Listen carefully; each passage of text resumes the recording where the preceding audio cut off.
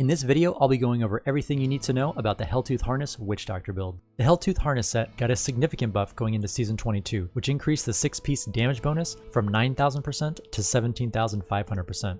I'll be covering all the components of this build, to include gear, skills, cube items, as well as how to play this build in greater rifts. I'll also give you some of my thoughts on how the Helltooth Gargantuan build ranks against other builds and whether or not it will be the meta push build for this season. Let's get started. I'll be talking about the Gargantuan variant of this build, since I think it's still the most effective. Scrimshaw saw a hefty buff in Season 22, which looked like zombie chargers might be a viable build, but I found it simply doesn't do enough damage to warrant playing. The Gargantuan version of the Helltooth build is probably one of the hardest Witch Doctor builds to play successfully. Playing a pet build requires knowledge of how the pet AI works to use leashing and resummoning to position your Gargantuans in the best possible spot, as well as not accidentally leashing your Gargantuans away from where they should be. Nothing feels worse than having a well-grouped set of mobs not taking any damage because your Gargantuans are off fighting a solo mob in the distance. This is a unique playstyle that some people love and some people hate. The micromanagement required to get your Gargantuans into position for maximum damage can be a fun problem to solve or an infuriating mechanic that feels annoying to babysit. That being said, let's take a look at gear and how to maximize your pet's DPS. You'll want to pick up the 6-piece set bonus, cube the short man's finger, and pick up as much Gargantuan damage as you can on your shoulders, chest, and mojo. As far as mojos go, I recommend Ukapi and Serpent, but some prefer Henri's Perquisition. You'll also want to get as much cold damage as you can on your Bracer and Necklace, and buff your overall pet damage using the Endless Walk set, Sacred Harvester, Tasker and Theo, and Mask of Jerem. Between Tasker and Theo and Mask of Jerem, you'll want to wear your best piece and cube the other one.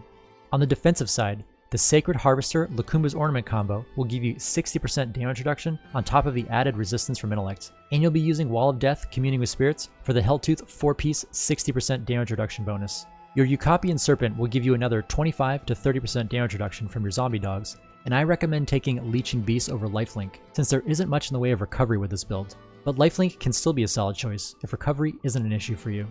For the cube, I like to run the Furnace, either Tasker and Theo or Mask of Jerem, and then either Ring of Royal Grandeur or Short Man's Finger.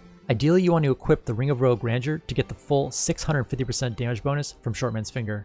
For skills, you want Spirit Walk with Severance, or any other rune if you prefer, Soul Harvest with Languish, Piranhas with Pyranado, Wall of Death with Communing with Spirits, Zombie Dogs with Leeching Beasts, and of course Gargantuans with Humungoid. If you want to change the build up a bit, you can consider dropping Piranhas or Zombie Dogs for other offensive or defensive skills. For passives, you're going to want to run Spirit Vessel, Grave Injustice, Pierce of the Veil, and Midnight Feast. Dropping Pierce of the Veil for Confidence Ritual or Swampland Attunement might also work under certain situations. You might be wondering why Grave Injustice is used with this build. With the AI struggles of Gargantuans, getting it off cooldown to be able to resummon them in the middle of the pack is a very large DPS gain. As far as gems are concerned, you want Bane of the Trapped, Bane of the Stricken, and Enforcer. You'll also want emeralds or rubies in your chest and legs for the extra armor. Since you're getting all the cooldown reduction you need from Grave Injustice, an Amethyst is your best bet in your helm. This build heavily relies on area damage, so picking that up on any pieces you can will greatly benefit the effectiveness of this spec. So how do you maximize the effectiveness of this build in greater rifts? The first thing you need to do to play this build effectively is familiarize yourself with the concept of leashing.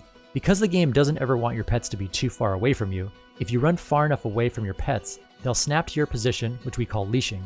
By understanding how far this is, you can reposition your Gargantuans as frequently as you want and not have to resummon them in a new location. Since the entire build hinges on maintaining your pet damage on priority targets, mastering this skill will pay huge dividends.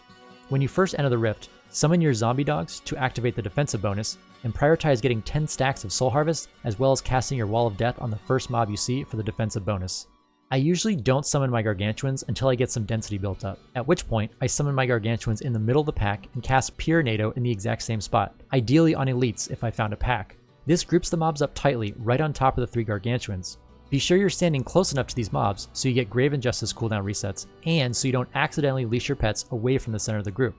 If possible, you want to find your Oculus Ring circle from your follower and stand in it, and minimize moving as much as possible for maximum damage from your Endless Walk set bonus. If you're taking large amounts of incoming damage, don't be afraid to move around to both avoid those mechanics and activate the defensive component of your Endless Walk set. Also, be sure to keep casting your Wall of Death to maintain the damage buff and the 60% damage reduction.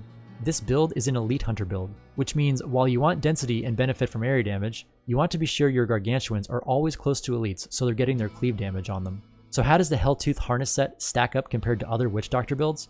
Even with the Season 22 damage buff, having to deal with the pet AI will always hold this build back from being a serious ladder contender. I wish the Diablo 3 dev team would introduce some sort of mechanic like they did with the Necromancer, where we can control what our pet attacks without having to resummon or awkwardly run around to leash. If you want to see how this season's affix affects the Helltooth Gargantuan build, click the video in the top right of your screen where I cover all the Witch Doctor builds for this season. If you like this video, please consider giving a like and subscribing so you don't miss any of my upcoming videos. As always, thanks for watching and I'll see you next time.